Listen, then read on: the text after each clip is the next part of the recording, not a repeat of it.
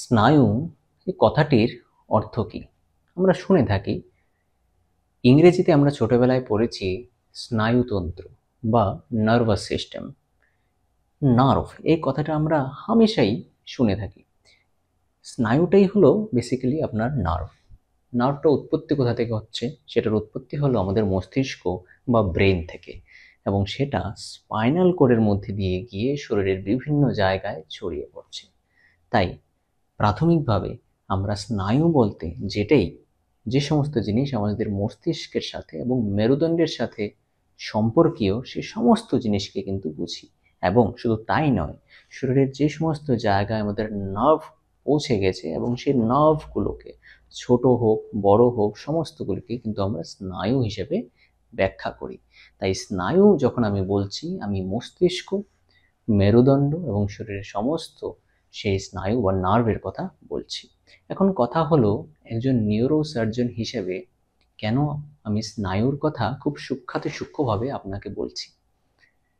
নমস্কার, আমি হলাম doctor Arijit Chakraborty, consultant neurosurgeon, মানে ব্রেইন এবং স্পাইন সার্জন।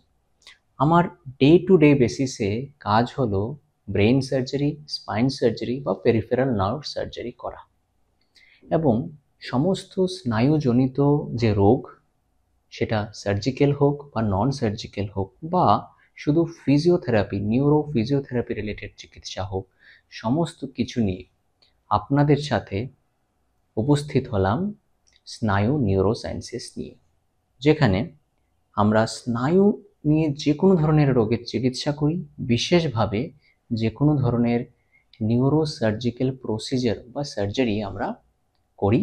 এবং সবচেয়ে বেশি ইম্পর্টেন্ট জিনিসটা হলো, আজ যখন আমাদের কাছে অনেক যন্ত্রপাতি, অনেক অপশনস রয়েছে, তখন সঠিক ডিসিশন নেওয়া, সঠিক সময় সঠিক ডিসিশন নিয়ে সঠিক সার্জারি করানোটা খুব গুরুত্বপূর্ণ। সেটার জন্য চাই এক্সপার্টিস, স্কিলস এবং টেকনোলজি, যা আমাদের কাছে রয়েছে। আপনাদের সঠিক ডিসিশন নেওয়ার জন্য নিউরোসার্জিক্যাল ব্যাপারে আমরা রয়েছি স্নায়ু নিউরোসায়েন্সেসে। নমস্কার।